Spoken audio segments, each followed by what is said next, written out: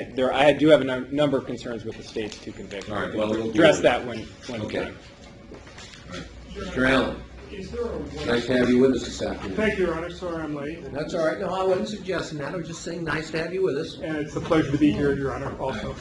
What do you have? Is there a white chart that this court has available for attorneys to make notes on? You know, that's the young lady standing in the back. Yes, I have one. Could She I- supplies things like that. Could I, I'm not sure if it would fit on that. Okay, and do we have stay that? on that. Do those prongs move down? They do. However, the boards are kind of heavy. No. Is this the one the prosecutor brought? No, this is the court's. Oh, it is. We used to have a different one. Yes, it is. What happened to the other one? Broke? There's one in the jury room. Oh, okay. Of course, the Let's see if this will. not as good as it should be. I suspect you're gonna have to lower those things.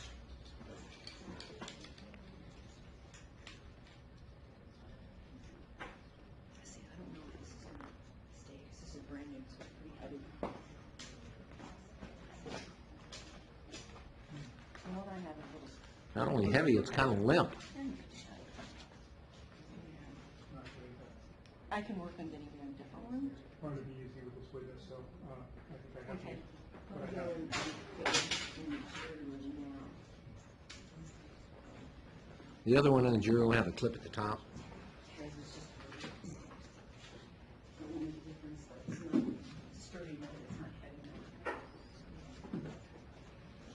Kurt didn't like the last one that we had. What's that? The usual Kurt doesn't like the other ones that I have, because they stick up on the wall. You have a small guy. And you stick together. This would be 130. All right.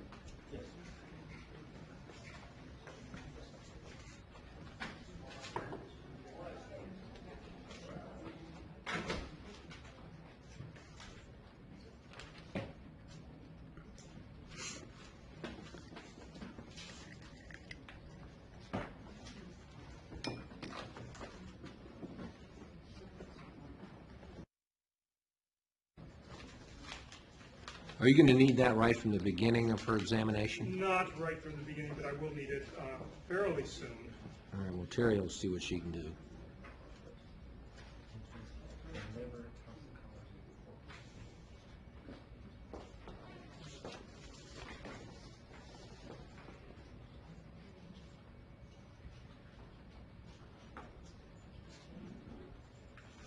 Does this suggest the state wants me to send the computer back into the jury room?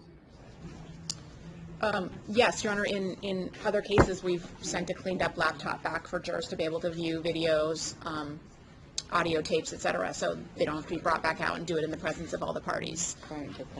So that's, I believe that's what the case law allows, and that's what we would like to do. You know, I asked a simple question. It was a yes or no. I'm sorry, The answer would have been yes. but the answer is yes. Okay. That's all I asked, was does this case law mean that you're asking for a yes? That is correct, yes. All right. Look at her.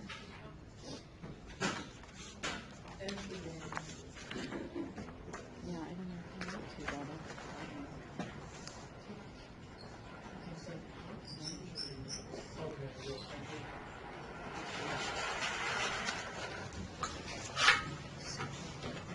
Saying it's even stiffer. This is the part.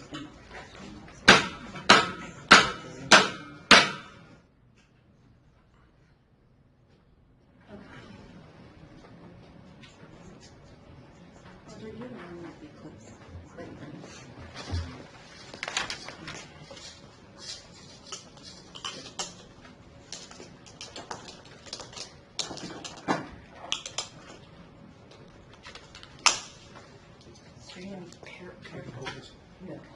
These are the biggest ones you have. Okay. Hold on. Oh, good.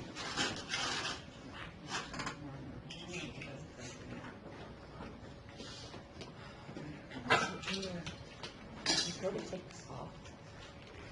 Please be really, really careful. Okay, thank you. This is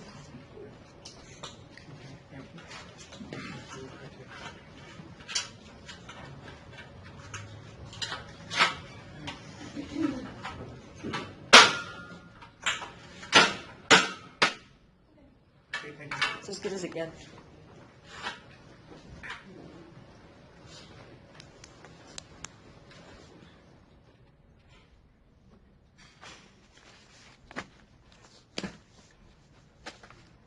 Ready for the jury? Yes, sir. Bring a jury in.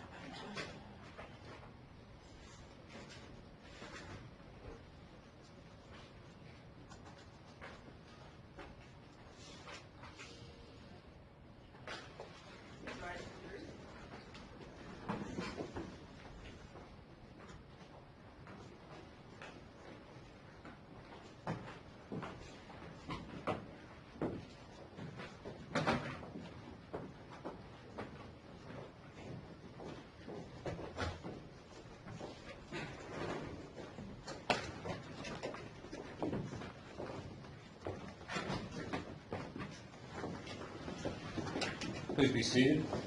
Your Honor, I'll call our first witness. That's not your first witness. Correct, Your Honor. Our first witness this Your afternoon. next witness. Thank you, Your Honor. Thank you.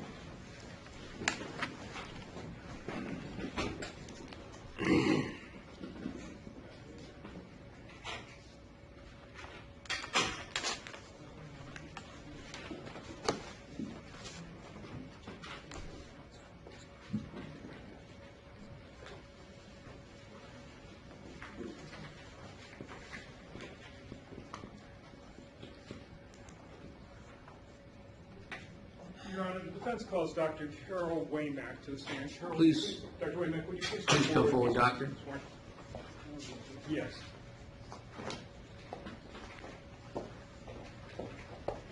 Raise your right hand. Do you swear or affirm your testimony in this matter will I do. be seated? Would you please state your name and spell your last name? My name is Carol Waymack, W-A-Y-M-A-C-K. And can you tell us what city or area you live in? I live in Seattle. What is your occupation? I'm a physician, now retired. Okay. I'd like to ask you a little bit about your professional background. Can you tell us where you went to college? A number of places, Oregon State University, Southern Oregon University, UC Berkeley, graduated from Oregon State. Okay. And following undergraduate school, did you go on to medical school? Yes, Where did you attend medical school? University of Washington Medical School. What year did you graduate from University of Washington? I finished medical school in 1987. And following receipt of your MD, did you go on for additional training? Yes, I did a residency at Swedish Hospital. And how many years is that residency? That's 3 years. And what field was the residency in? Family medicine. Did you go on for any other studies after that? None other than just maintaining my certification. Are you board certified? Yes, I am. And what college are you board certified with? American Academy of Family Physicians. What I'd like to do is direct your attention back to, say, 2001 and beyond that. Where was your office at that point, or with whom did you work? With whom were you affiliated? I guess that's several questions. 2001 was Green Lake Family Medicine, which was one of 6 clinics affiliated with Swedish primary physicians. And what was your position with Green Lake Family Medicine? I was one of 4 partners. Okay. And briefly, could you tell the jury what family medicine entails? Family medicine is a broad specialty taking care of patients of both sexes, all ages, seeing patients a lot for health maintenance visits as well as for acute medical problems. Was Nicole Pietz, formerly known as Nicole Zurcher, was she one of your patients? Yes, she was. When did you first see her? And you can refer to your notes. Your Honor, I have a set of these notes marked. Defendant's Exhibit 130 is marked as notification. Your Honor, I can leave this up at the bench, but the doctor has her own set that we'd like her to refer to. Whichever is preference, if she has a hard time finding what you're looking for, you can point it out to her. And Doctor, if you have to refer to your notes, please do so to answer any of these questions. Yes. And I'm sorry, can you tell us again when you first saw Nicole? Her first visit in the office, the first time I would have seen her was November 8th, 2001. Okay, and at that point, when she came in, was she on any medications for depression? Yes, she was on Zoloft. And that was prior to your seeing her? Yes. Okay. And as a physician, do you take a medical history when you see a patient? Yes. What is the purpose of a medical history? Any medical problems become much more understandable knowing the full picture of the patient, what medicines or medical problems and surgeries they've had in the past, information about social life, what medications they're on, allergies, good and bad experiences with previous medical treatment. And do you also want to know, and maybe you said this, any surgeries that the patient might have previously undergone? Yes. Okay. And with regard to Nicole Pietz, did she have any surgeries prior to your first meeting with her in 2001? And I can refer you to a page if you don't have that marked here. Yes, she had surgery.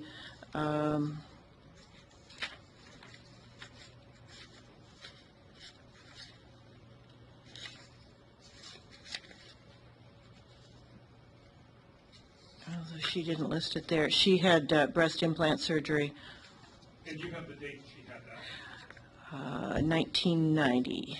It was been July 1990. And how old would she have been at that point in time? She would have been 17. And that's sometimes referred to as cosmetic surgery. Yes. Were the implants redone at some point in time when she was your patient? Yes, she had old implants removed and new implants placed in October 2004. And did that cause her any problems, at least temporarily? The healing process for one side was quite painful for her.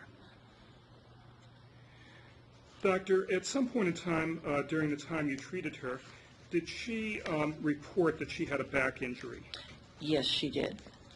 And referring to your notes, can you tell us when she first reported that to you?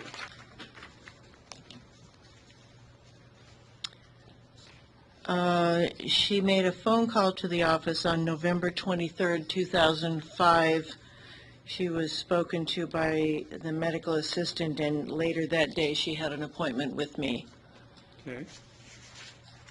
And you have your notes from that appointment? I do. Did she report to you how this injury occurred? She reported to me that she had bent over to pick up a dog's toy and felt immediate right-sided back pain. Okay. And, Doctor, how did you treat this injury? Initially, we treated this with ibuprofen, her choice of ibuprofen or Tylenol, and some Flexeril, which is a muscle relaxer, and some activity alterations. Okay. And that was on November 23rd, 2005? That's correct. And I noticed there's a patient telephone call record just above that record in your notes. Do you see that? Yes.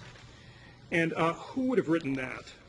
I wrote that. That's my handwriting and my signature, my initials. Under recommendations, what do you have there? Vicodin, number 20 tablets. What is Vicodin? Vicodin is a brand name of hydrocodone and acetaminophen. And hydrocodone, that's a narcotic. Yes, it is. How does hydrocodone compare or differ from oxycodone? Hydrocodone is not as strong as oxycodone. Did you prescribe Vicodin during the visit on November 23rd, 2005? No. Okay. When did you next hear from, or your office next hear from Nicole with regard to this injury? She called the office on November 30th and reported that she had seen a chiropractor, and that she was taking Vicodin and ibuprofen, and that the Flexeril had not been effective. Okay. So, was that you that answered this call, or was it one of your medical assistants? No, that was, that call, that was my medical assistant. Okay. So on November 30, from the report in your file, she said she was taking Vicodin. Yes. Did she say what strength Vicodin she was taking? It's not in that note. Okay. And did she say how often she was taking it? Well, the note's a bit unclear. It says taking Vicodin and 800 milligrams ibuprofen every 4 to 6 hours. So it's not clear if they're both being taken every 4 to 6 hours or only the ibuprofen. Okay. And Vicodin, you said that has hydrocodone in it. What's the other substance in it? Acetaminophen, Tylenol. Okay.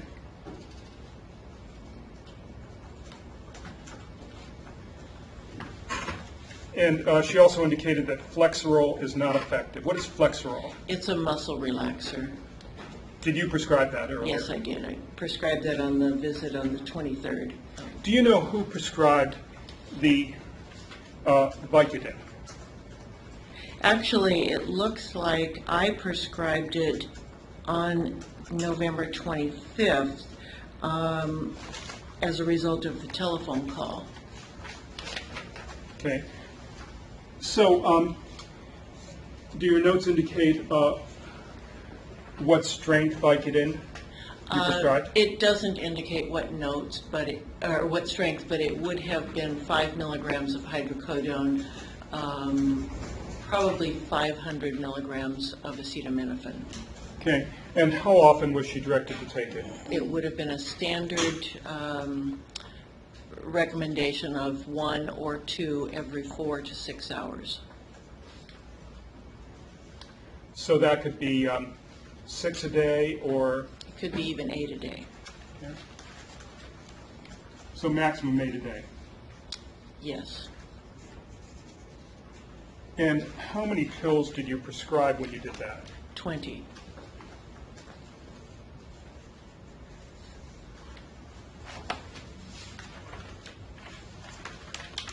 So when did you next see her, according to your notes?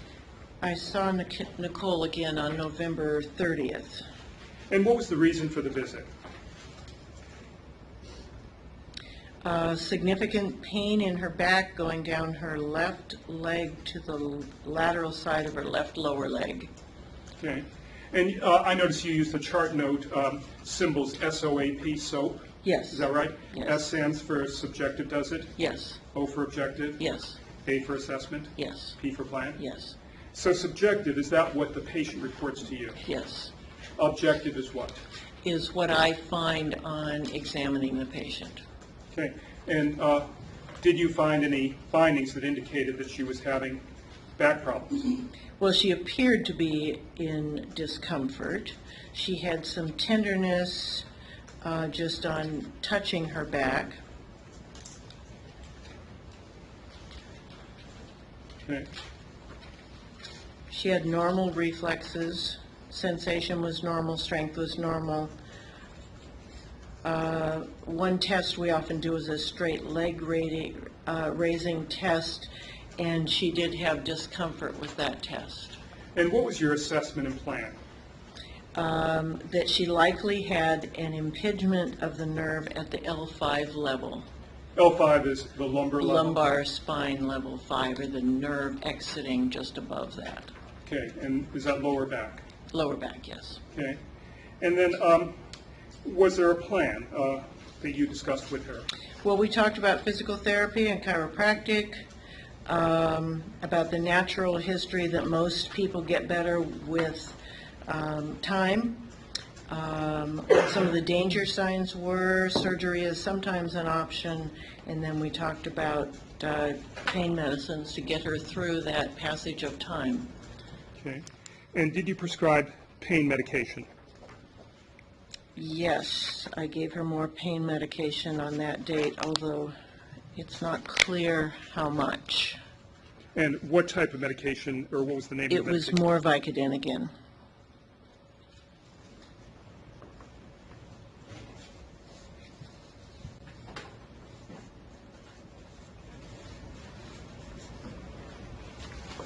Doctor, were you aware that Ms. Pietz had a history of prescription drug abuse or problems?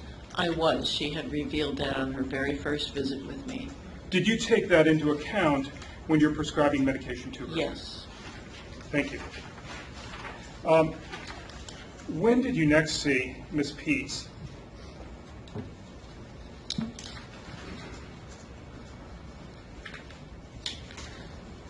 Well, I guess so. All right. It looks like it was on December 12th, 2005.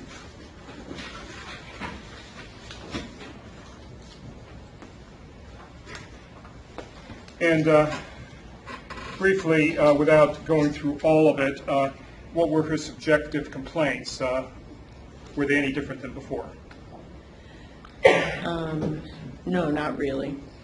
Did she indicate She had whether... some numbness and some weakness, which would indicate a worsening. Okay.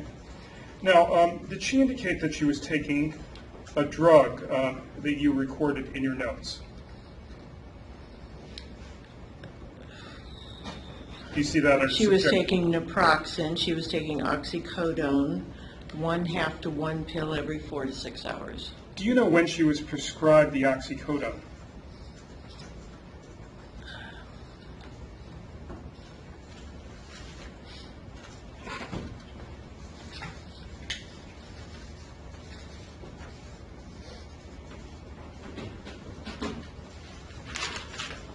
No, I don't.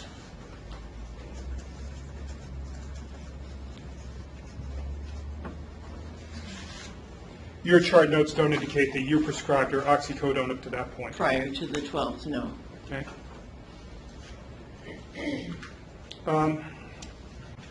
And her pain was still at a high level? It was still at a high level, yes. Okay. Your assessment, was it the same as it was during the earlier visit? Yes.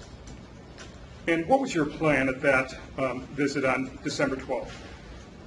We made arrangements to get her an MRI and discussed possible epidural steroid injection.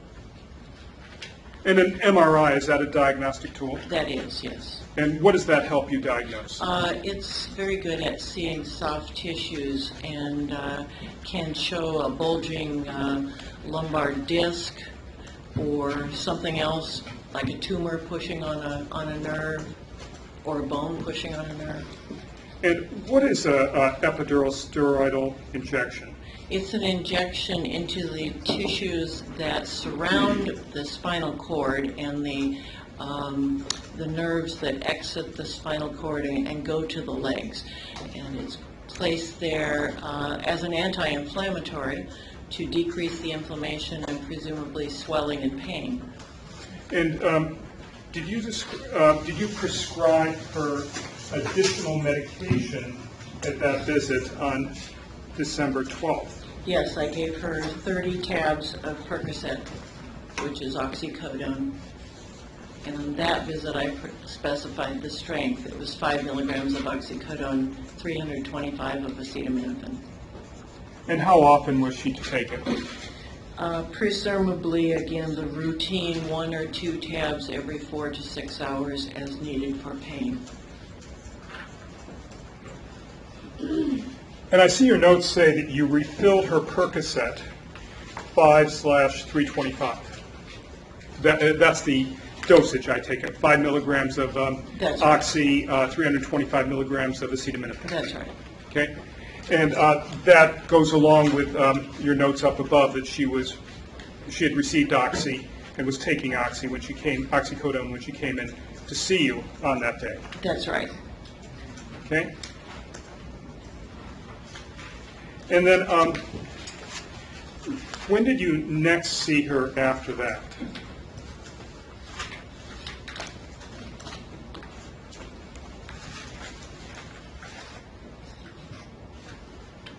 I saw her on December 19th. And we're still talking '05 here. Yes. Okay.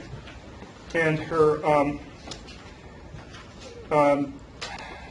subjective, still similar to what it was before? Yes, she says it's worse late in the day, worse with activity. She was still going to work. Okay. And did she indicate that she was taking her Percocets? My note says that she has used 28 Percocet in the last 7 days, or 4 per day. Okay. And what was your plan? The plan at that point was to actually proceed with the referral for an epidural steroid injection at Northwest Hospital. And I refilled her Percocet for 30 more tabs.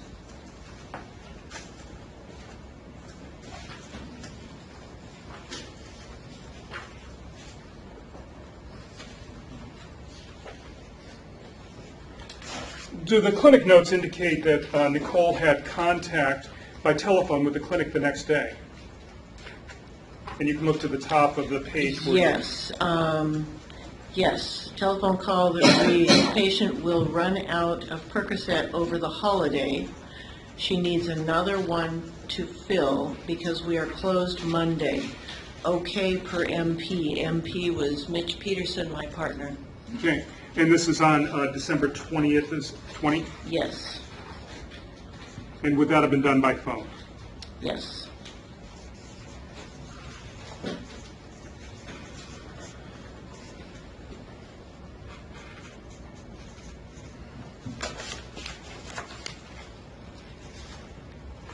Was there a telephone call that somebody in your clinic had with Nicole on January 3rd, 2005? Yes, this is, again, a note from Dr. Mitch Peterson. It's his handwriting on that date. And I said 2005. It does say 2005, but that would It be... does say that, but it would have been 2006. That was an error. And was there any discussion about Percocets and prescriptions during that phone conversation that you can see from the conversation, the notes of the conversation?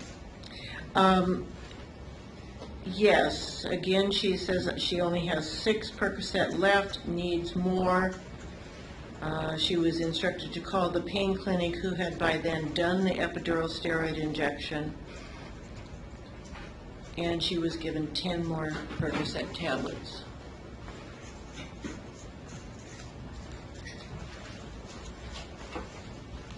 And was she supposed to talk to you? Yes. When did you next see her, or when did you next talk to her? I talked with her on January 4th, so the day after that telephone call. And what did she report about her pain? She said it was worse after the steroid injection. Okay.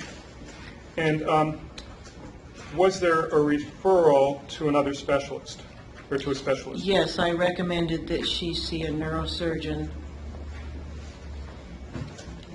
and I gave her some names. And what was the plan? When were you going to see her next? The following day, on January 5th. And did you see her in person on January 5th? I did, yes.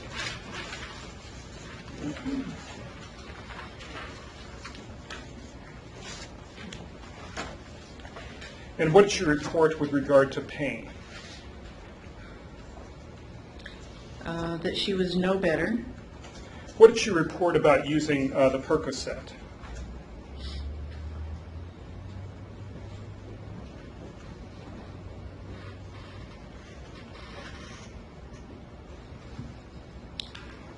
That she is using seven Percocets daily. Okay. And did she say that she had an appointment with a neurosurgeon set up? Yes.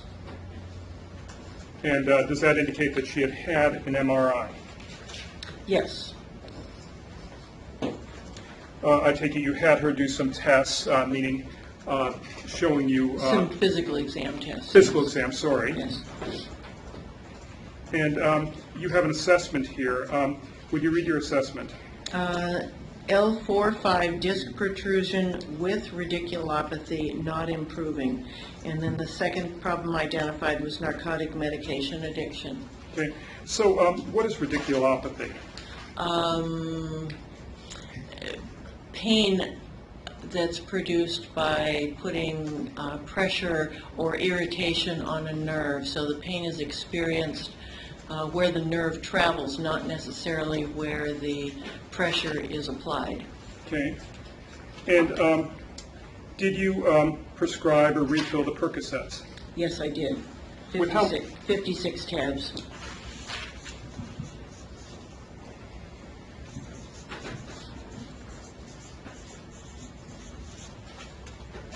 And is there any indication how often she was to use them, or was that done previously? That would have been the usual instructions, 1 to 2 tabs every 4 to 6 hours. But the 56 is not your usual round number, so it's 7 times 8. So she was not to use more than 8 a day. So 7 days in a week and Right. 8 tabs Right. max a day? Right. And you were seeing her once a week? I was. And was that because of your concerns about addiction? Addiction and her medical problem. Okay. Now, in terms of assessment number 2, where you said narcotic medication addiction, what did you mean by that? That she, by that time, had had enough narcotics prescribed to her that she may well be currently addicted again, Okay. but of necessity because of her pain. Okay. So it's sort of the lesser of evils. Yes. And you also added a drug called Neurontin for 3 days. What was the purpose of Neurontin? Neurontin sometimes helps patients cope with pain, and they can use fewer pills of narcotics and sometimes no narcotics. So the attempt was to give her increased pain reduction and reduce the need for ongoing narcotics. Okay. And then you next saw her when? I saw her again on January 12th.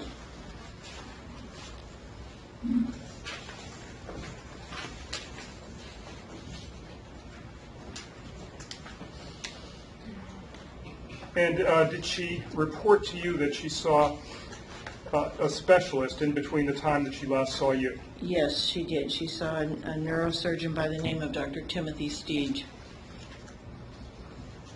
Did that visit help her or not? Well, she wasn't very pleased with it. And did she say why she wasn't pleased?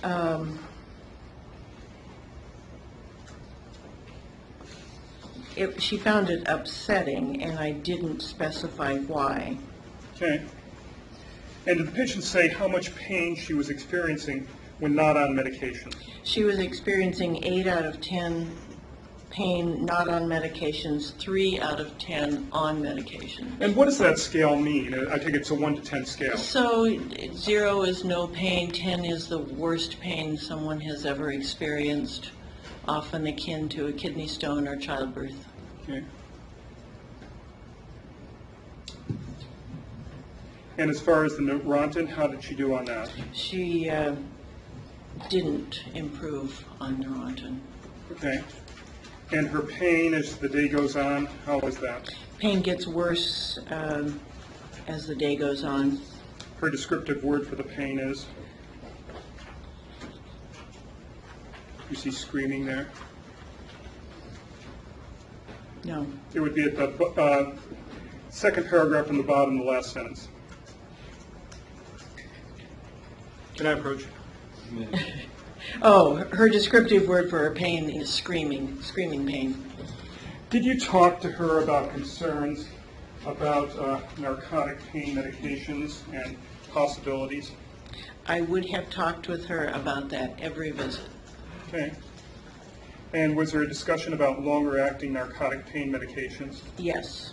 And And- she was somewhat interested in that, but we did not pursue that at the time.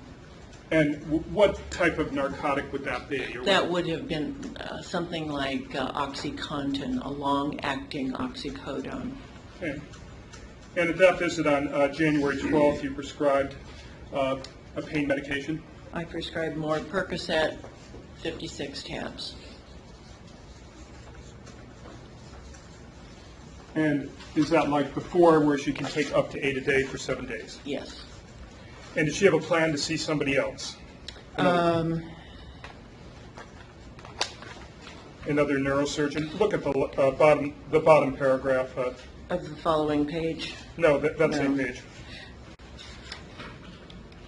Oh, she will not seek a second Oh, I see. opinion neurosurgeon Sorry, I missed until that. she gets a repeat MRI done. I think Dr. Siege had recommended a repeat MRI.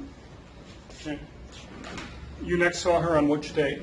I saw her on January 18, 2006. And by that time, did you receive a report from the neurosurgeon, Yes. Dr. Steve? Yes. He was not impressed that her MRI corresponded with her symptoms. And she did have that second MRI scheduled for a week later. And what does that mean that, in your mind, that he wasn't impressed that her MRI corresponded to her symptoms? Sometimes it's very clear from an MRI why somebody has pain. Sometimes it is not clear.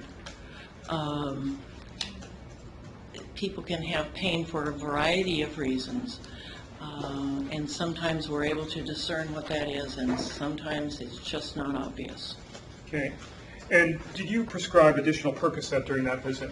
Yes. 56 tabs of Percocet. Okay. And was there also a plan to refer her to another practitioner? Well, I did refer her to a physical therapist, Okay. and we also tried Lyrica, which is somewhat like the Neurontin that she was given before. Some people think it works a little bit better. Okay. You next saw her on January 26th, is that right? That's correct.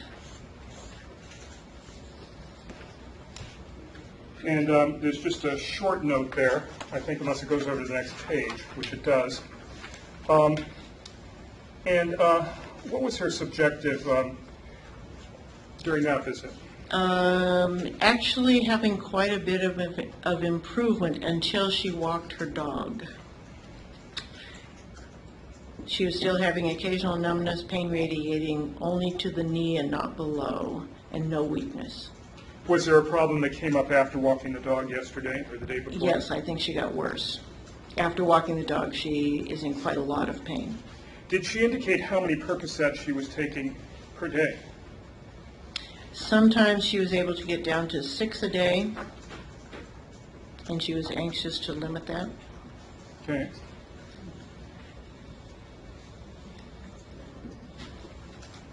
And did you prescribe any narcotic medication during that visit? Yes, she got 56 more Percocet.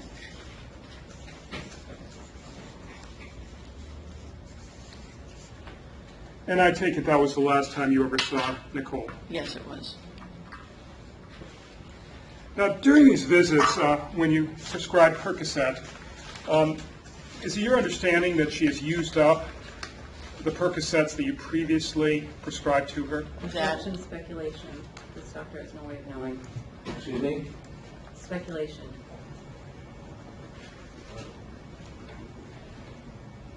She can date, if the patient is relating to her the prescription usage, Right, that could be medical history. right. It's not in the records that way. It's admissible. If she's simply speculating, it's not evidence. So if she's basing it on what the patient told her, she can testify. Well, let me ask it to you that way. Did the patient indicate during these visits that we talked about when Percocet or Vicodin was prescribed that she was using, that she had used up the prior prescriptions? Yes. Okay? Let me talk hypothetically, if a patient indicated to you that they were just collecting these pills, saying, well, I didn't have a bad week last week, but I want to save these in case I have a really bad week 2 weeks from now, would you prescribe more? No, I would not.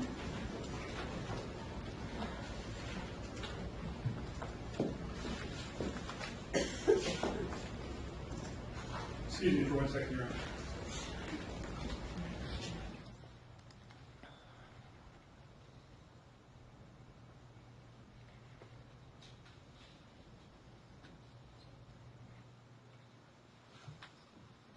Your Honor, I would request that the 2 pages on the chart that I have up here be marked as a demonstrative or an illustrative exhibit. Defendant's exhibits 131 and 132 of Well, it's the same thing. It's just- Same, yes, it's just 2 one pages. exhibit, 2-page. Defendant's exhibit 131 is marked for identification. Thank you, Your Honor. Is that all in, Mr. Hill? Yes, where do you want this, upper right? All right. Cross?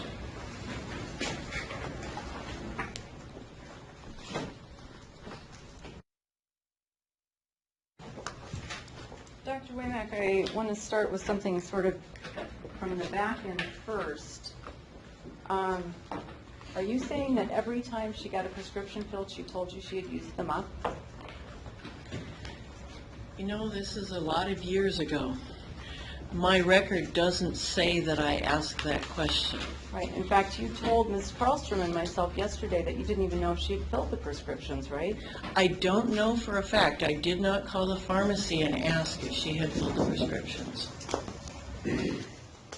You also indicated in your testimony that you had an addiction concern, and that was based on what?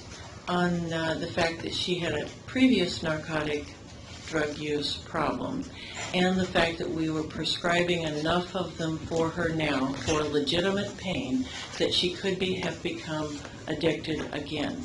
But there was no indicator from her that that was happening, correct? There was no withdrawal, there was no drug-seeking behavior. Okay. In fact, there was never any sign that you saw in her that she was relapsing in any way other than the fact that she was getting all these prescriptions, correct? That is correct.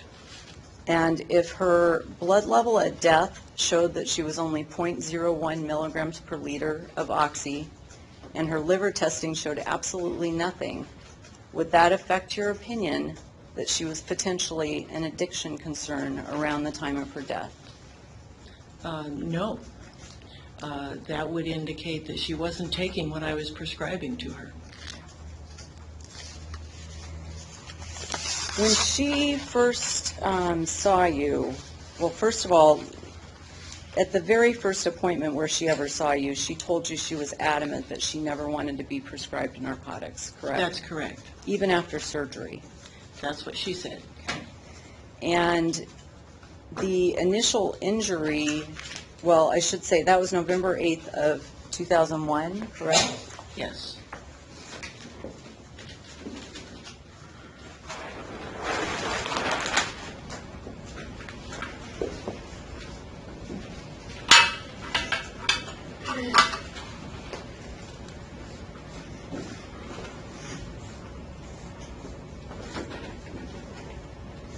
Okay, and then she reiterated that on November 12th of 2004, she didn't want narcotics, correct? Yes.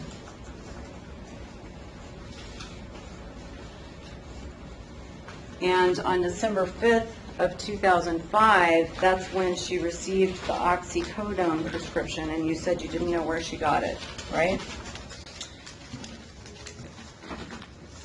The records do not show where she obtained it. Okay. She did tell you, however, that over that weekend, she had to go to the emergency room at Northwest Hospital because of the pain, correct? That's correct.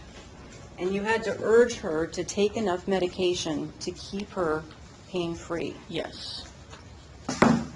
And the MRI showed that she had a disc protrusion in the lower back that was pushing on a nerve. It did show that. Okay. And she described at one point the pain as 8 out of 10. Yes. And nerve pain is some of the worst pain that a That's person correct. can experience, Yes. correct? Yes. It can be absolutely debilitating. Yes.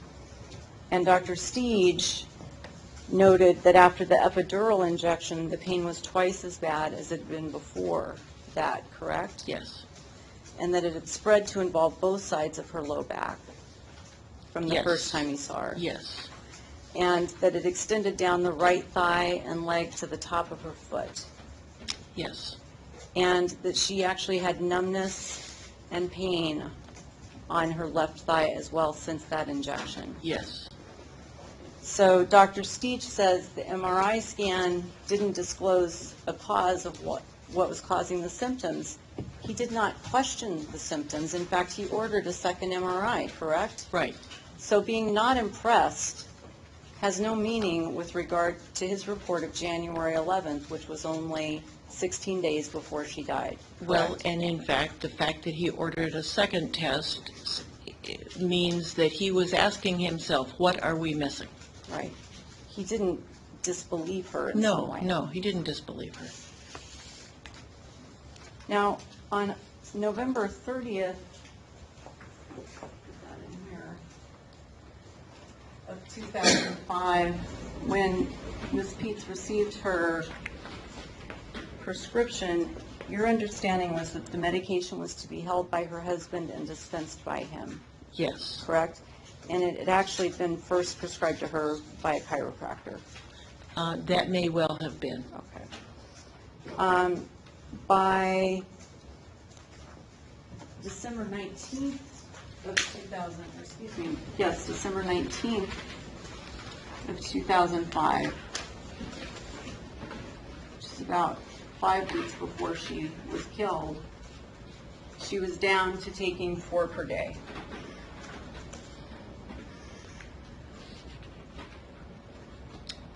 She was at about 4 a day. Okay. And on January 18th, which was 8 days, 7 or 8 days before she died in 2006, she told you she sometimes gets by with fewer pills per day. Yes. And January 26th, which is the day before the 27th and the 28th, obviously, which is when it's alleged she was killed, she said she was anxious to reduce the prescription yet again and has reduced it because she felt like the pain was improving. Yes. So she was taking less as she was going as opposed to more, right? According to that last visit, yes. And 5 milligrams of oxycodone is the lowest dose that you can prescribe, right? I believe so. Okay. And it has the 325 milligrams of Tylenol with it. That's correct. And one of the biggest concerns is that the Tylenol can cause damage internally, and it has to be sort of limited for that reason as well, Yes. right? Yes.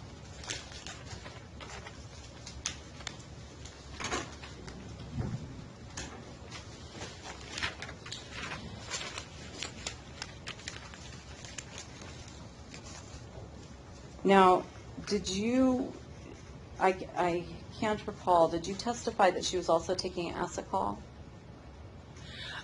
It is in the record. I don't think it is in the notes we've reviewed. I don't think we talked about it here. Okay, so you were not to testify about anything to do with her Crohn's disease? I haven't yet. Okay. You're aware she had Crohn's disease? Absolutely. And it was diagnosed in June of 2002? That's right. Right. And I think that your notes indicated that at one point you gave her some information or a pamphlet or something that helped deal with how to deal with Crohn's disease, I to may try to give well her have. information. Yes, she was seeing a gastroenterologist. Right, a specialist on that. Yes. Okay. And one of the things that you have to watch out for is what you eat so that you don't aggravate it, right? For some people, yes. Okay. In fact, raw vegetables and red meat are recommended generally to be avoided when you have Crohn's disease. Your Honor, objections stand so. Correct? That's not my understanding. Okay. Well, Crohn's disease is basically an ulceration inside the colon, right? Or the Yes. intestines, I should say. And it can be very painful. Very painful. Okay. And if you eat certain things, it can get aggravated. There are a number of things that can aggravate it, and diet is not the primary one. Okay, but that is one thing that can aggravate it. I'm sure that's true. Okay. And I assume, Doctor, that you would defer to her family if they've testified with regard to food that Objection, aggravated Your it. Honor. Sustained. Okay. Thank you. First time I've had a doctor deferring to the family rather than the other way around on medical issues. It's on a, Sustained. okay. Now, with regard to the implants from 1990, Yes. were you aware that that's because she got them because her breasts were disproportionate as a teenager? You know, the record, I don't think, tells why she got them. Okay. You were aware that they leaked and they had to be repaired in 2004? Yes. Okay, and were you aware that the implants she got in 2004 were larger than the original ones she had? Yes.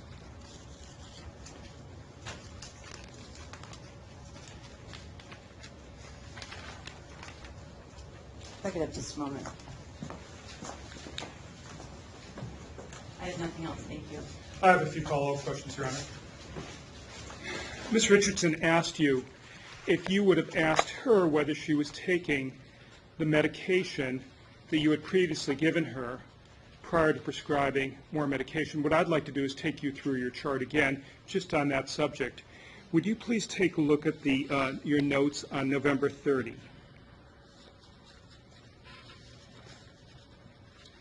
Tell me when you're there. I'm there. Okay. Do you see under the handwritten chart notes, I believe by your nurse, where it says she's taking Vicodin and 800 milligrams of ibuprofen? Yes. And it says Q every 4 to 6 hours. Yes. So that would be an indication that she did tell you, or she told somebody on that date what she was taking. Yes. And then when you look down at the typed notes, those would be your notes that were typed. Dictated and transcribed, yes. Okay. And skip that for a second. Let's go on to the next one. Would you please look at the next page? That's an entry on December 12th, 2005. Yes. And do you see where it says subjective? Yes. And subjective is what the patient tells you. That's correct. Would you look down about 4 lines under subjective where she is also taking oxycodone? Yes. She's taking oxycodone just 1/2 to 1 pill every 4 to 6 hours. Okay. And she also indicated that's not really controlling her pain. That's right. Okay. So on that visit, she did tell you what she was taking. Yes. Would you please go over to the next page, which is December 19th, 2005? Would you again look at subjective? And would you go down about 5 lines, and it says she has used 28 Percocet? 28 Percocet in the last 7 days, or 4 per day under careful monitoring of her husband. So during that visit, she did tell you how much she was using. Yes, she did on that one. And in terms of her saying that it was under careful monitoring of her husband, you didn't make any independent, did you make any independent inquiry into this to make sure that was done, or do you accept what the patient tells you? I accepted what the patient told me.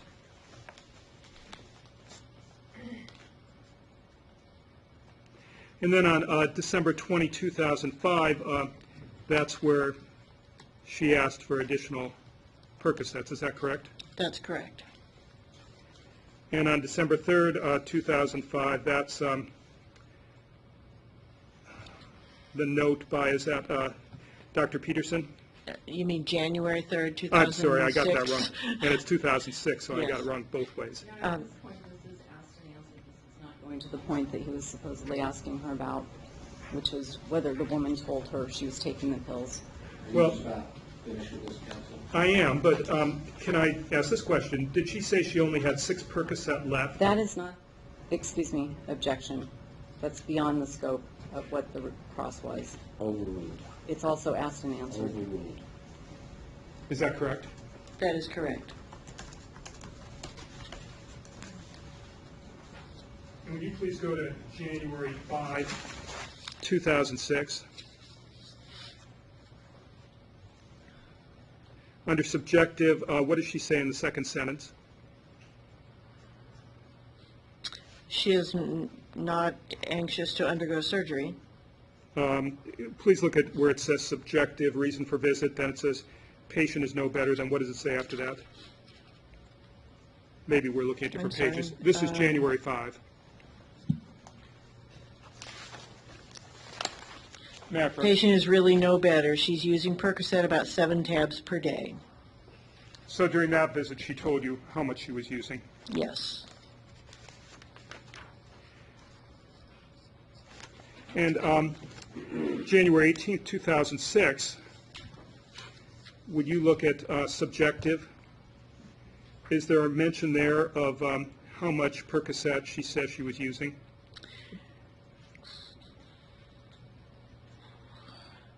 She says she remains fairly comfortable on Percocet 5/325, 8 pills daily.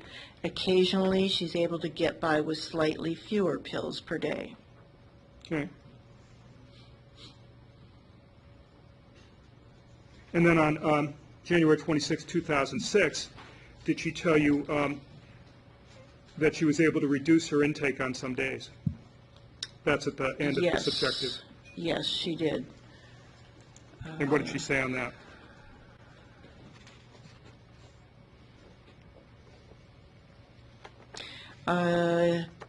She's been able to reduce it to 6 per day. Does that start off on some days? Yes, on some days. Okay. In terms of pain, you have that under S, which is subjective. Yes. So is that something the patient? I can't measure her pain except by what she tells me.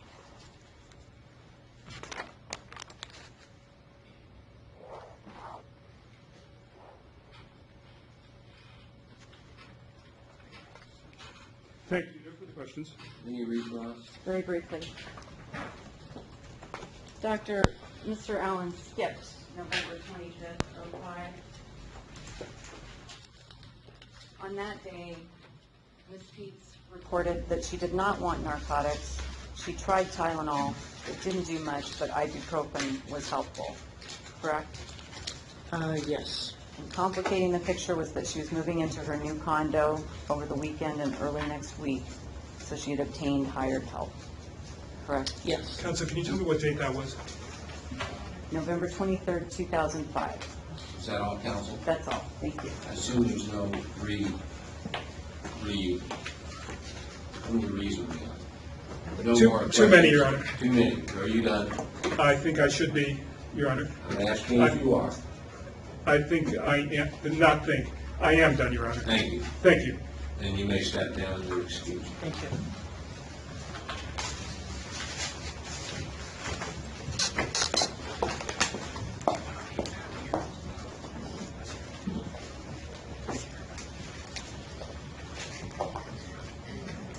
Your Honor, I need to talk to Mr.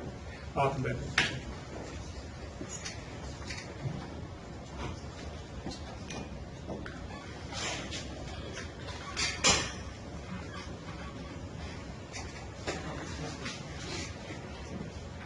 Your Honor, at this point, we need the afternoon recess for various reasons, and All then, right, we're taking afternoon recess. thank you. And if we could have you remain out here for a second.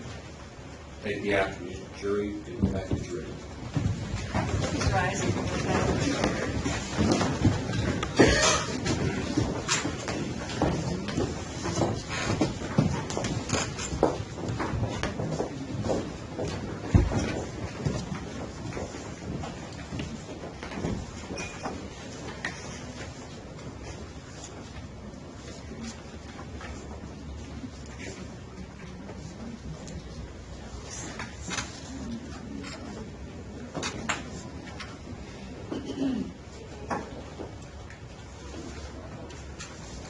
Okay, now, Mr. Allen. what were you Yes, Your about Honor. to say? With the exception of perhaps our client taking the stand, which is why I need to talk to you, we are finished with the defense case. What I need is 5 minutes to be able to talk to him here. They usually take him out very You quickly. may have your time. Thank you, Your Honor.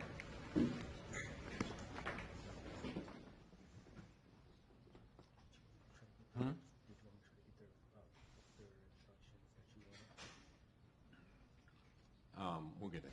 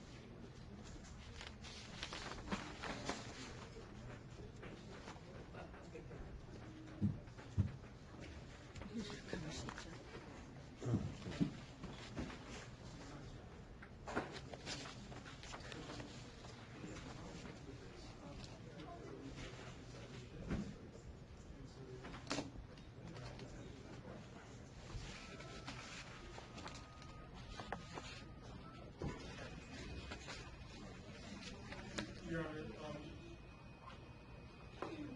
after Mr. Pietz returns, assuming that he decides not to take the stand, Mr. Offenbecker is going to be arguing the jury instructions. With the court's permission, I'd ask to be excused to do other matters. You may. Thank you, Your Honor.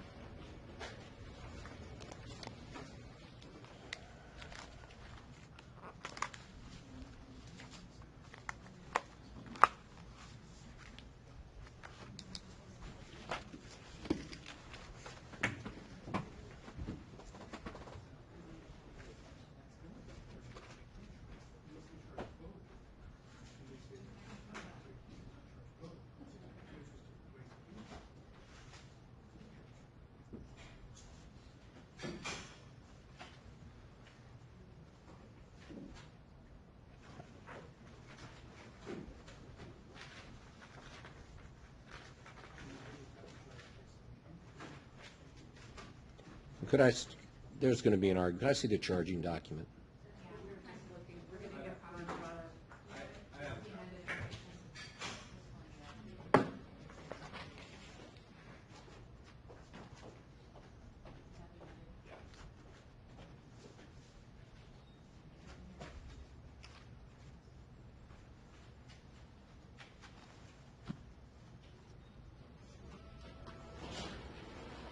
Mr. Offenbecker, they never taught me how to run that machine.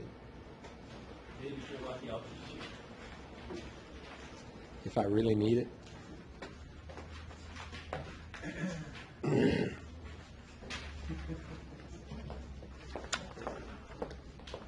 you read about the police department years ago who used that as a lie detector test? They had an unsuspecting defendant put his hand on it, and they had it ready, and it came out, "You're guilty," and he confessed. And the court said that that was not voluntary. True story. You mean he put it on there and the copy machine came out and said, "You're guilty"? Right, you're guilty.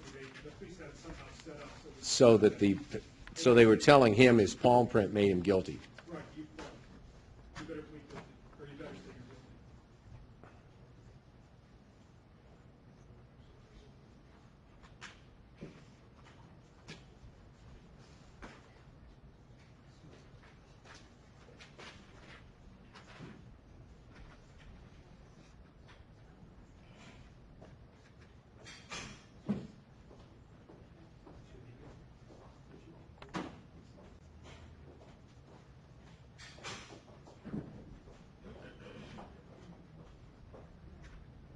guilty. Huh.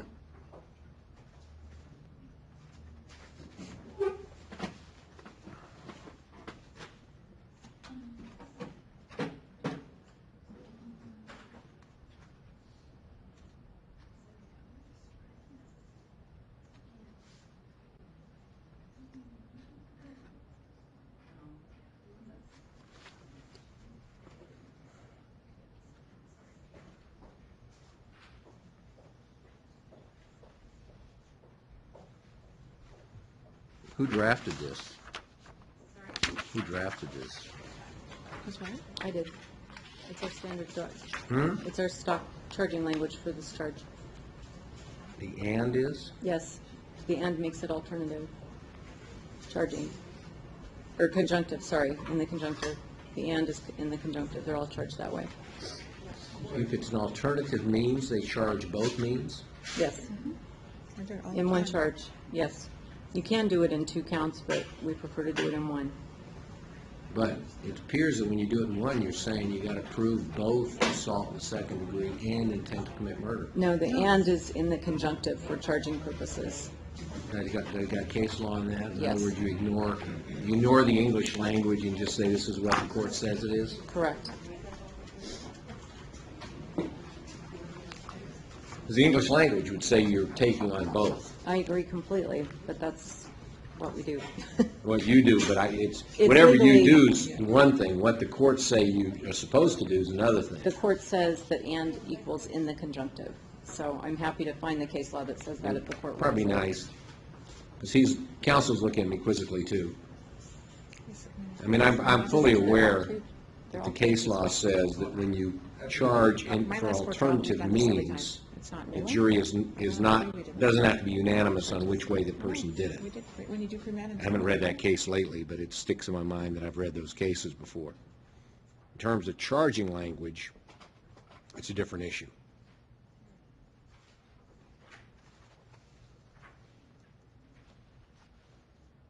How did I get a piece of paper in my...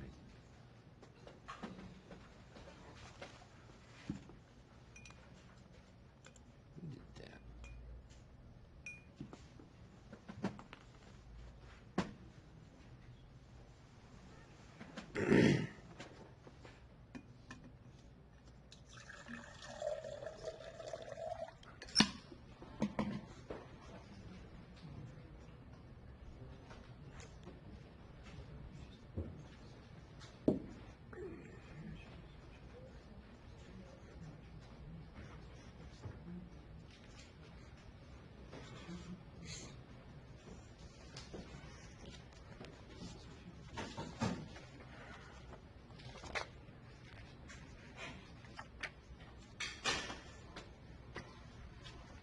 And is the defense going to take a position on whether we're going to send the computer and all the tapes back, CDs back to the jury?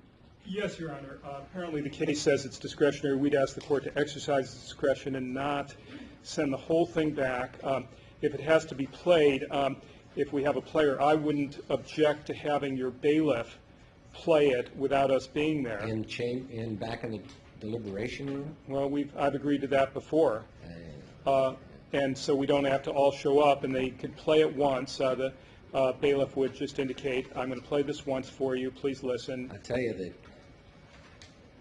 I'm more concerned about the bailiff being back there playing something than about the jury, because you could agree to it, and then there could be something from the jury saying, well, when the bailiff came back and played it, I'm putting down an affidavit that the bailiff did something in addition to playing it and suggested to us what it meant. And if it's not done in open court, you've got 3 jurors saying, well, no, she didn't say that, and you've got a couple of jurors saying, yes, she did do something wrong. Okay. I see the point. I have real concern sending the bailiff back to do anything in terms of presenting evidence during deliberations. It just seems to me you're asking for trouble. Am I right that the only thing for them to play would be the tape-recorded statement by the defendant? I can't even remember all the CDs. I mean, there's lots of things that were played. Multiple videos. The 24-hour fitness video has to be played, and that's not a video. They have to hit the arrow Has to go. be played? Doesn't have to be played. Well, You mean, I'm just if they when you're want to asking, see it, it has to be right? played. I mean, when you're asking for things that the jury could potentially watch or hear, the 24-hour fitness video, they have to hit the right arrow to pass for it. The Safeway video is a video that you just hit play. There's the audio tape statement of the defendant's interview on February 6th, and then there is the 911 calls. So there's 4 different items So that. who's going to sit down and give the jury instructions on how to play all this? Well, in past cases, if there was something tricky, and the only one I would think is tricky is the 24-hour fitness one, you could just put a note indicating press right arrow. Otherwise, it's self-explanatory on all of them. The other issue. But let's get to the issue that's really before us right now. We can deal with this later. All right, we're now back in session. We're back in session with us. Defendant has returned. I understand that the defendant and his counsel have had a conference. The issue at this point is whether the defense intends to call any further witnesses, including the defendant. And I understand you want to make an offer of proof on a different witness. That's fine. But at this point, We're going to call. absent that offer of proof, do you have any other witnesses? No, we don't, Your Honor. All right, so the defendant is declining to take the stand in his own defense. That is correct, Your All Honor. right. And as to the counselor, you may make your offer. Thank you, Your Honor. Can I do it now? Yes. Your Honor, this supplements what I said the other day, and what I did was I went through and looked at the dates, because I think I might have been off on the dates. And according to Ms. Gunterman's note, on August 24th, 2005, that's where the Ms. Pietz said her strengths and resources are good marriage, husband supportive, active in AA. And then during the 4th session, on September 14th, 2005, Ms. Pietz said, when asked to tell the therapist what is a safe place, she said a safe place is in her husband's arms, and then she says some other areas too, mom's arms, sitting on a lake dock, Sandy Beach, in Episcopal Church. So one of those things that we'd seek to bring in would be in her husband's arms. And then I don't think I have to go through anything else. I'll just incorporate by reference the offer of proof I made yesterday. And you may. Thank you, Your Honor. My ruling, do you have anything you want to say? Mark, I think for the record, we should probably mark Ms. Gunterman's record so that if this is debated Okay. on appeal, we can have them in. So 132.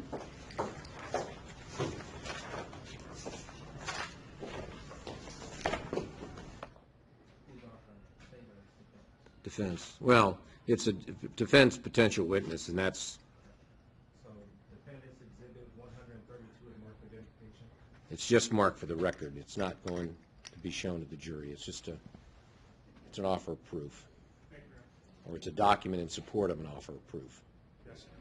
All right. My decision remains the same, that I would allow you to put that testimony on. It's in, it is could be by way of impeachment of other out-of-court statements that Ms. Pietz made, which would have made her a witness and therefore she'd be impeached. but it also would open the door to characterizing the nature of the relationship. And the basis on which I've let the other information is motive. And I have not opened it up to say that the entire case is characterizing their entire marriage, whether it was a good marriage or a bad marriage. And this would tend to do that, and once you put a marriage or a person's character at issue, then it opens up a lot of things that otherwise would be inadmissible. All right. With that, can we have the jury come back in? Are we ready for that? Yes, sir. All right. Could you bring the jury in, Terry?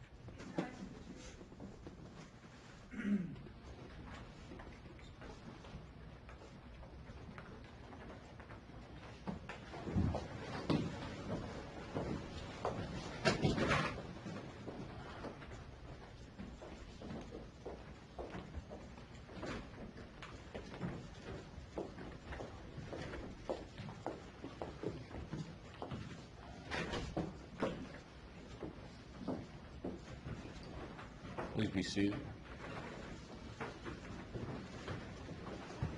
Does this have any further witnesses, Mr. Allen? No, Your Honor. The defense rests. Does the state have any rebuttal testimony? The state has no rebuttal.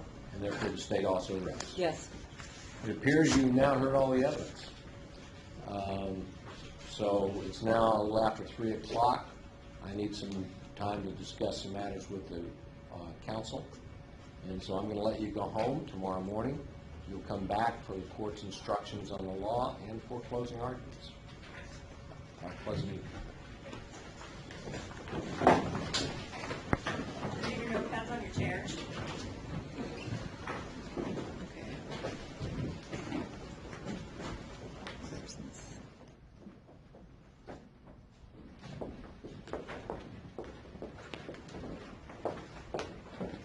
And Terry, they can go. Please be seated.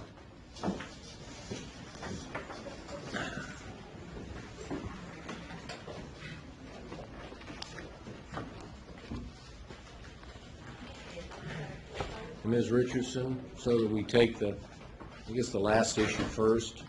You said you got the cases where "and" really means "and" or. I said that I could acquire the cases. I don't have them at my fingertips. Well, okay. I can You quickly, were playing on your computer. I thought maybe you were looking that's for it. what we're looking for. It's a little more complicated because it's charged in the conjunctive versus charged in the disjunctive. Understand. So we have trouble keeping them straight. But I can find the case that says it. All right. Well, I will look forward to seeing that case in the morning, All right. because that will make a difference on the jury instructions. There it is. It's instructed on the disjunctive. To convict instruction. You can let him go.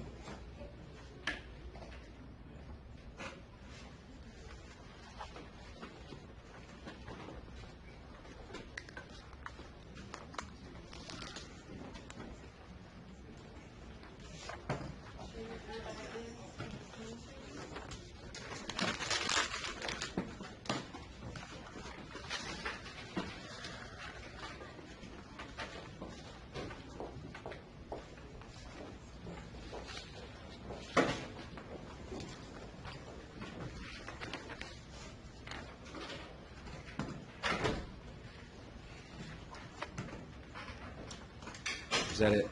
I didn't count, okay. Mr. Allen, you did submit one or our two jury instructions are, did you want to leave now? I would like to leave, and I defer to Mr. Offenbacher to settle the instructions with the court. All right, Thank you, Your Honor. thank you. You have a copy of the states, right? I do, Your Honor. All right. Let me go and start numbering them so that you can understand the order they'll come in. I don't think there are going to be many exceptions here, but we'll find out. Instruction number 1 is a general introductory instruction, which says it's your duty to decide the facts. Okay, both of you got that? I assume there's no exception to that. That's just regularly No exception. given in every criminal case. Instruction 2, as yours, you have a duty to discuss the case with one another. No exception. 3, has entered a plea of not guilty. Now, the only thing this brings into issue is there are a couple of different versions. This is the one that has abiding belief in it. I think Mr. Hansen said he prefers abiding belief, and that's usually what the state asks for. No exception. That would be number 3. 4, direct and circumstantial evidence. No exception.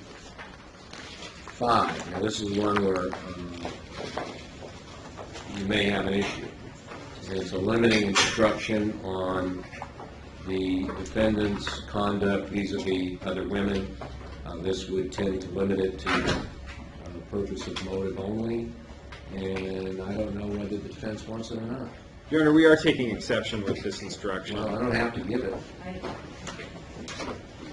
I mean, the state's giving it because you object to the testimony, and they're giving it to allow it to be limited. If you don't want it, then I suspect the state will say fine, but then you can't argue that you didn't get a limiting instruction. Well, Your Honor, we're asking that it not be included. We're taking exception. The court did not limit or did not instruct the jury as the various evidence pieces came in that it could only be considered for a certain purpose, and my concern is that there has been so many different types of evidence that has come in that it's impossible to give an appropriate limiting instruction. But you're objecting to it. Yes. Since they're objecting to it, is the state willing to withdraw it? We're just looking at a case here, Your Honor, just on that issue. Yeah, we'll withdraw it, All right? as long as we can make clear that that You offered is it. a tactical decision by the I defense. think it's a tactical decision. They don't agree with my rulings, but they also don't agree that this will, that a limiting instruction at this point will cure the issue, and so they don't want it. Okay, I'm not going to concede it's a tactical issue. I'm going to argue that this instruction does not appropriately address the That's 404B all evidence. she's suggesting is that you've used your best judgment and made this decision. And that's what you mean by tactical, as opposed to you just blundered into the decision. I assume you did not just blunder into it, you thought about it carefully and don't want it. I have given it some thought. Defendant's not required to testify. That's instruction number 5. No exception. Instruction 6 is expert witness. No exception.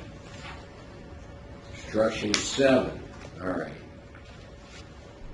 This is where we get into the issues. This is the definition of murder in the second degree, and they've given 2 different definitions.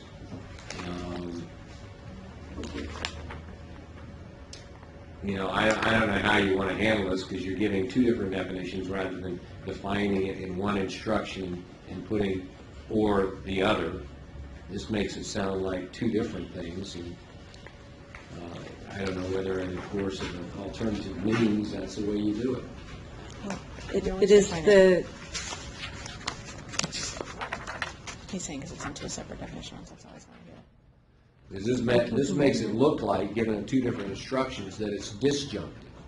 Well, we can combine it, Your Honor. It doesn't, I mean, for the purpose of the 2 convicts and how we argue it to the jury, that's what, It's going to be the same, but it impacts my numbering of the instructions. we'll defer to the court. We can put it in 1 if the court wishes. I always put it in 2. You balk, defer to the court, and then you can all appeal what the court does? we'll put it Is into it one. wrong after you defer to me? We'll combine it, Your Honor, into one. What's your position? Well, counsel? I was not going to take an exception with either 7 or 8. I think that that's the appropriate way to define the two, and in our opinion, these are alternative means of charging the crime. So we don't have Well, an let me ask you exception. this. It's alternative means of charging the crime, but at the end of the instructions, there'll be an instruction that says these are alternative means. You need not all agree on which means was committed, as long as you all agree that one or the other was committed. Do you agree that that's the law? Yes. All right, well, then we could leave it this way. As long as everybody can argue, this allows you to argue your theory of the case, and you both agree on what the law is, and I assume you'll both argue in accord with these instructions, and we don't have to argue about it too much. We'll leave it the way it is, counsel? That's fine. All right. Then 7 will be, really, it's a felony murder version of murder in the second degree, right? And 8 is murder in the second degree with the intent rather than the felony murder version. All right. Now we get to the one where you disagree, which would be instruction 9. It becomes the to convict, given that there are alternative means. And I think I told the defense submitted a version of this, and of the two, I don't think I can possibly get the defense version the way it was phrased, because what it would suggest is that they go through the one alternative means, they enter a not guilty verdict, and having entered a not guilty verdict, then they go to the next one. I don't think that's what counsel meant to do, but that's the way I read it. That's correct, Your Honor. And That you didn't mean to mean that. that's not what I meant. Okay, but that's the way I read it. And And you don't know how I read it, but that is. well, and perhaps I could suggest, or I might be able to revise mine, but let me just put a couple matters on the record. Let me ask, what's your concern with theirs? Okay. And this would be what otherwise would now be instruction number 9, and it has a to convict at the top. It says felony murder in bold, intentional murder. And frankly, I'm not sure where they, felony murder is something you just kind of thrown in on that one. It's not, there's nothing about felony murder in any of the prior instructions, right? Like murder in the second degree when he attempts to commit assault in the second degree, and then you call it assault in the degree felony murder. But you haven't told the jury before that it's called felony murder. I agree. And I wouldn't, unless you say in the earlier instruction it's called felony murder, I wouldn't throw the term in at the last minute. That's fine, that can come, the subheads can come out quite easily, that's fine. All right, so, counsel, if they take out that bolded felony murder, assault in the second degree, and intentional murder, and just leave the subparts in there, what's your concern with that? I have several, Your Honor. Okay, well, start with the first. Okay, the first one is, in the first sentence, to convict the defendant of the crime of murder in the second degree, each of the following elements of the crime must be proved beyond a reasonable doubt. But there's no distinction between sub 1 and sub 2, so Let me I don't ask think the it's state clear. something. Let me ask the state something. It gets, you say that is the charging document, let's see. Where's the second? No, that's the way they did it, okay. Go ahead. Your Honor, each of the following elements of the crime must be proved beyond a reasonable doubt, and it doesn't discriminate between the elements in sub 1 for felony It murder. does at the bottom. Standard. See, at the bottom it says, you find from the elements each of the following elements, and then use the disjunctive language. Now, that's not the clearest language in the world. Well, I've And got the some... lawyer and the jury can get a little confused when they start going through that. It says either these or these and not these, and you don't have to agree on all of these. It's a kind of a jury instruction that I can see we're going to get a question from the jury. And I'm going to have to say, read your instructions again. It's the same as the WIPIC, it just has an or in it. All right, well, So- all right. I can't say the WIPIC's always very helpful either, but I like to write the instructions up so they're clear, so that I don't get another question from the jury, and then all I can do is say, read your instructions. Well, Your Honor, So what's your proposal?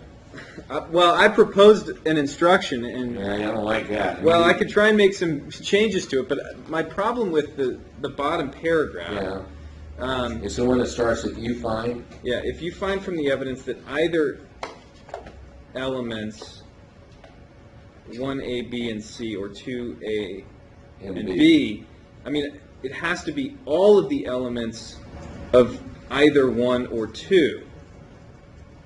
So, just saying, if you find well- that either elements have been proven beyond a reasonable Well, doubt, you're saying because it says either, it might be 1A or B or C. yeah. Well, what's that? But that's not, he's looking at it from a grammarian stand of view and suggesting that even though maybe the Wivik says this, you might be able to find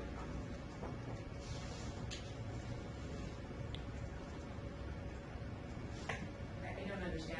This is how all right. I think what he's complaining about is the word either. If you find from the evidence that elements 1A, 1B, and C, or 2A, B, and C have been proved, just take the either out. No, because the either is the modifier of or, I believe. Either's not a modifier. Well, Well, Here's Either what- I and think or this court usually knows go what I together, mean. but they don't have to. I think that either is referencing or. It's saying you can find Well, it either. may be, but it also could be referencing either 1A or 1B or 1C. It's, He's that's, simply saying, look, you can prove all of 1A, B, and C, or all of 2A, B, and C. And you don't have to agree, but you gotta prove those groups together. I have a suggestion. Yeah? What if it said, if you find from the evidence that all of the elements, 1A, B, and C, have been proven beyond a reasonable doubt, then it will be your duty to return a verdict of guilty. No, or the others. That's what you did before, because if, But what if they say, because then you'll find, but if you don't, you find them not guilty. It's in the conjunctive. It's in the disjunctive. Right. I So understand. The issue is if you find that elements 1A, B, and C, that's all of them, or 2A, B, and C. There's the or. But on each one of them, you have to find all three elements. The problem with the either is it makes it sound like you can dip into the 1A, B, and C and find only some of those. I just want to make it clear that all of the elements of either sub 1 or sub 2 need to be found in order for them to find him guilty. I don't think that this sentence makes that clear. Well, it does say you must unanimously agree that either 1A to C or 2A to C has been proved. That's in there. plus element 3, that's the problem. There's another and in there. I mean, And is element 3 is in the state of Washington. This is why I think that listing each element of each alternative means of committing the crime is a simpler and easier way to do it. Except that then it makes it sound like you prove either one or you prove the other. And if you don't, it was what you led them to believe in yours. If you don't find them guilty on these first way of doing it, you find them not guilty. Well, That's not true. What if on mine, instead of saying, Hold on just a second. I'm gonna find yours.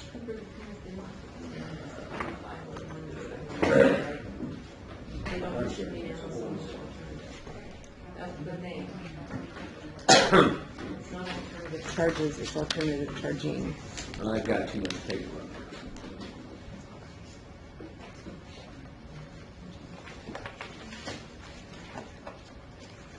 There we go.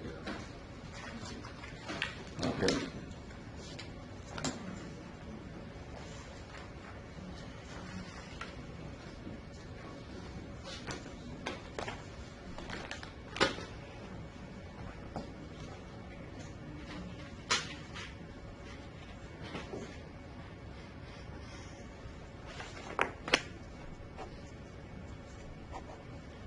Well, I mean, we could do it this way. Take yours. You go A through C. After C, it says, or that, and then you list the others. 1, 2, and 3, and then it would be and D, that any of these occurred in the state of Washington. Well, it is, except that the difference you've got is you've got this either in here. But the either, I think, tells the jury I they know have no what you think choice. it tells them, but I'm telling you it's ambiguous. It's, And I don't want to have to come back and tell the jury, read your ambiguous instructions. I've had that happen before. And then when I try to cure the instruction afterwards, the Supreme Court says, no, you made it worse. I like to have it clear up front. I venture to say that changing the wording is the more dangerous course. You think so? Yes, I do. You really do? I do. Uh-huh. I'm on How the about look- accomplice liability? Well, Don't every tell me time, about that. I got reversed on accomplice liability because I didn't change the whippet and because the court said the A should have been a the. And that I abused my discretion by not using D instead of A. And you know what happened in that case? I'm familiar with I that. gave them the whippet. When they couldn't figure it out, it came back to me. They asked for a clarifying instruction. I did my best to clarify it, and the Supreme Court said made it worse. So I've been here, counsel. I don't need you to tell me what you do with whippets or what you do with clarifying whippets. I've had that experience. I think it was the Bowie case, right? B-U-I, for the court report. I think that was the name of it. So I've been down there. Using the whippet does not insulate you against reversal. And the worst thing you can do is try to tinker with the instructions after you've already given them to the jury. Yeah, I have another proposal with respect to theirs. What if we said, if you, what I want to do is what I'm try. going to do, counsel? Wordsmithing these things, it's kind of tough.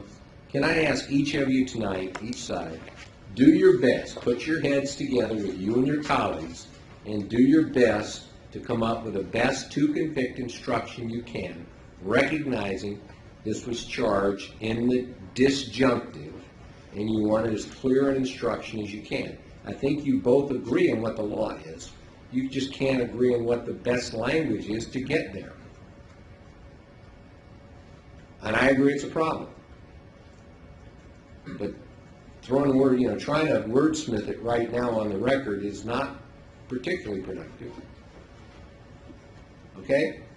So that will, whatever it is, the to-convict instruction will be instruction number 9.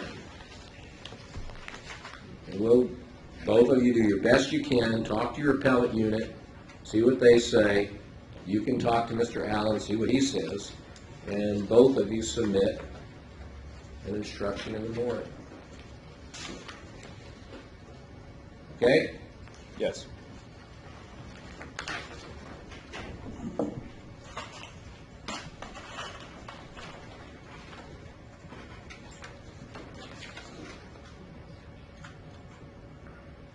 All right, the next one. A person commits a crime of assault in the second degree. Your Honor, we are taking exception to that Substantial bodily harm. instruction. Yes. Why don't we just say assaults another by strangulation? That would be our position. We don't Well, believe. why do you have to get into the substantial bodily harm part of it? because if there's people that don't think he intended to strangle her, that there's Who's some going to sort say there wasn't an intent to strangle in these facts? We See, don't and I know. don't think the defense is going to, they're going to argue he didn't do it, but I don't think I'm going to hear any argument from the defense that whoever did it was not intending strangulation. Well, maybe he If didn't you- are you- learn if he And you're didn't correct, know. Your Honor. I don't think there's enough evidence to get to the jury on a non-strangulation assault 2 version of felony murder. Well, I don't think anybody's even going to be arguing. I think you're right. It's strangulation. Whether it's argued or not, there may be a juror that believes that. So, I mean, that's what we have to cover, Your Honor. So it is a proper part of assault 2, and we would like to go forward on both of those prongs as an option.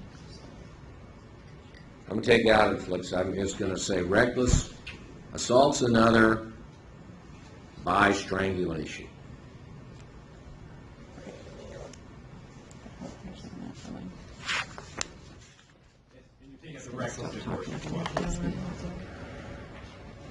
It just says, it commits a crime of assault in second degree when he intentionally assaults another by strangulation. And then when if they kill them, then it becomes a felony murder. Okay. Terry, can I have some Post-its?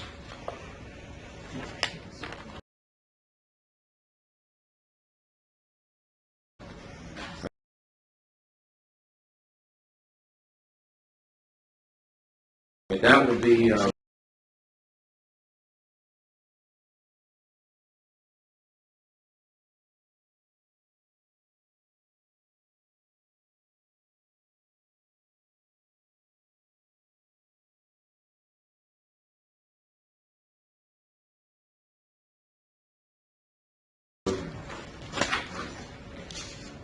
number 10.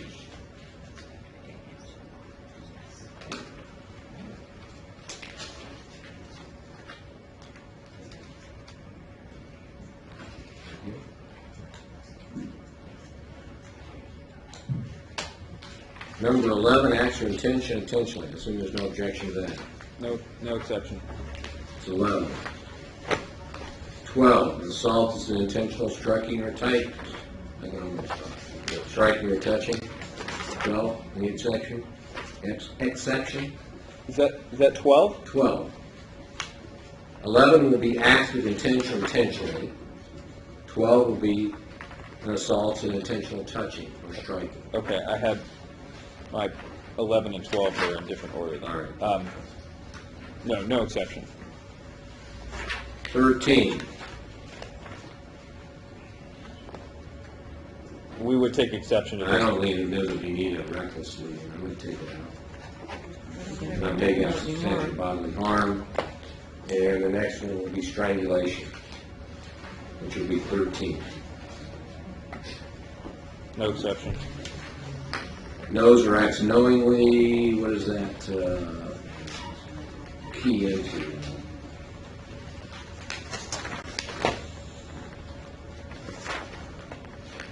Is there any reason for a knows or acts knowingly instruction? Is it relate to anything at this point?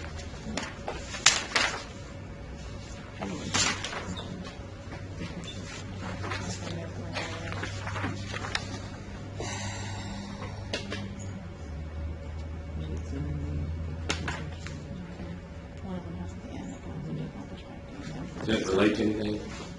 Knows or acts knowingly? We were just checking, Your Honor, to see if it's in the definition of intentionally. I think now that we took out recklessly, we can cross off knowingly. A participant. I guess that has to be in here because she was a participant, still participant in one of the other instructions. Yeah, was not a participant in the crime. So that's number 14. Any exception? No. 15 is the deliberation instruction. Any exception? No. And then 16 is the verdict form. That's it. Okay, so we need to clean up the to convict. Do you want us to email that to the court? Would you kindly both do that so I have it when I get here in the morning? Which is instruction number 9. And I'll take care of instruction number 10. So the only one I need from you folks is the wordsmithing instruction number 9. Okay? Anything else? Do we need to discuss the videos further? Did the court rule on it? We could. Terry, why don't you take these? This is the one I want you to. This is easy. Just retype this one. And these are all okay. Purple. And they'll send it on.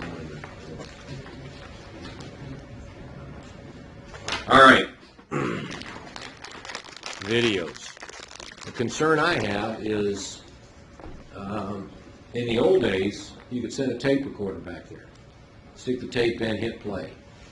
These aren't the old days, although I'll suggest that usually when you send computers back there, you probably have some people on the jury that are more computer savvy than the lawyers are, and probably can turn these things on and use them easier than the lawyers. I know, and after when I talk to jurors at the end of cases, they say, why, Judge, why didn't you just let me jump out of the jury box and help them? Right. Because I could have done a lot better job than they did. But having even said that, to send a computer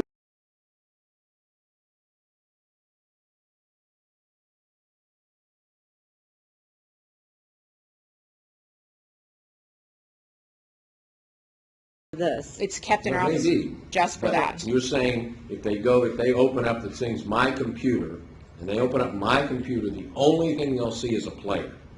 My understanding is they can't access anything on the internet, there's nothing on the I'm hard asking- drive. They may not be able to access anything. I'm just saying, if they open it up, what do they see?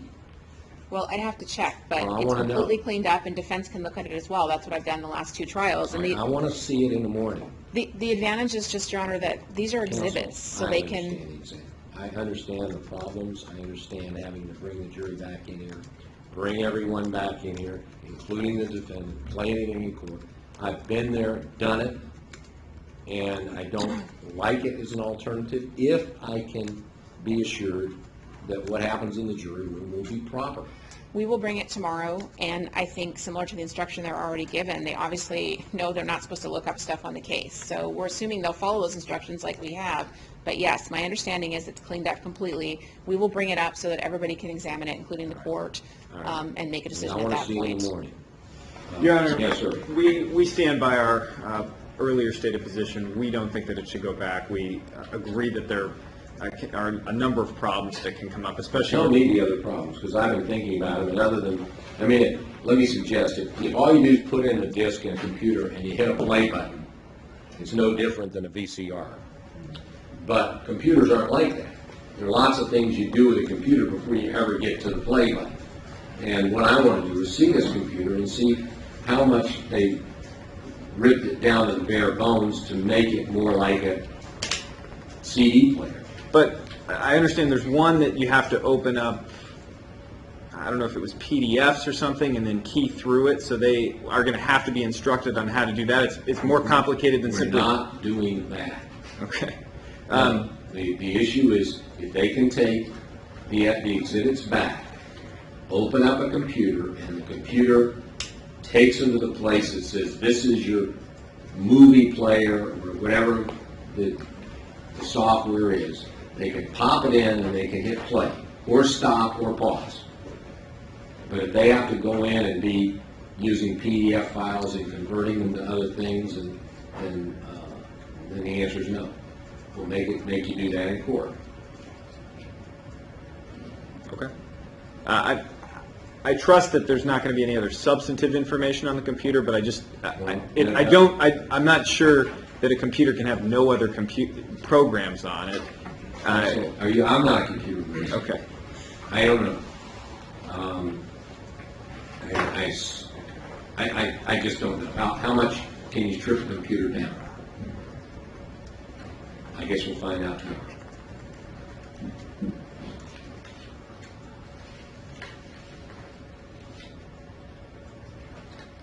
Anything else this afternoon? No. All right. Can you folks be here at, I got 8:30. Terry?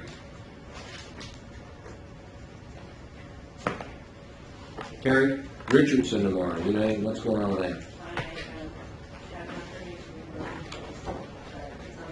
And a review of what? Is it one of these where they say, Judge, you can keep it on probation, even though I usually say, no, we don't do that?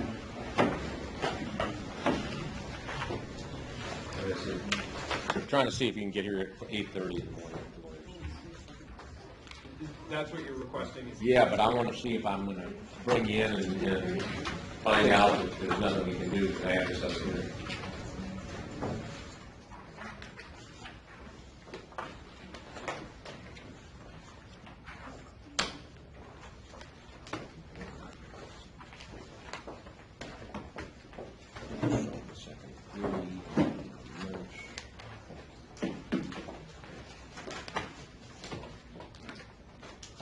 Is that August now? What happened?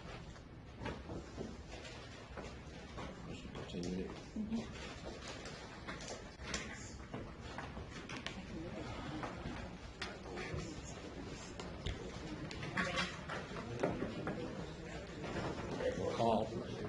counsel, we haven't heard anything from anybody in this, so I'm going to ask you to be here 8:30. If they show up, my guess is they don't know. Okay. 8:30, and you'll have your, that instruction to me.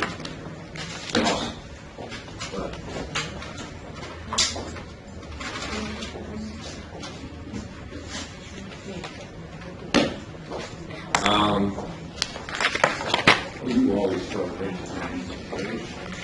She reminded me that we've got to start at 8:30. That will mean the defendant will be coming through the halls when we don't know all the jurors are back in the jury room yet. So,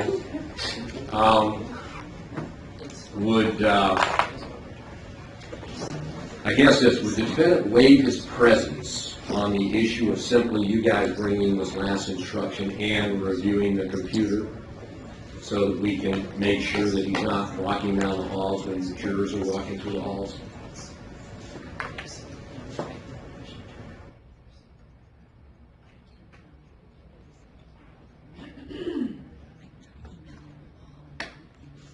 Your Honor, Mr. Pietz would like to be present for All right, in discussion that of case, period it'll start at 9 o'clock. Very Which is fine. I just, but you understand, I can't have you going through the halls until I know all the jurors are back in that jury room. I appreciate that. So, and I'm thanks for reminding me of that, Terry. We'll start at 9 o'clock, and we'll start after all the jurors come and after we're brought in.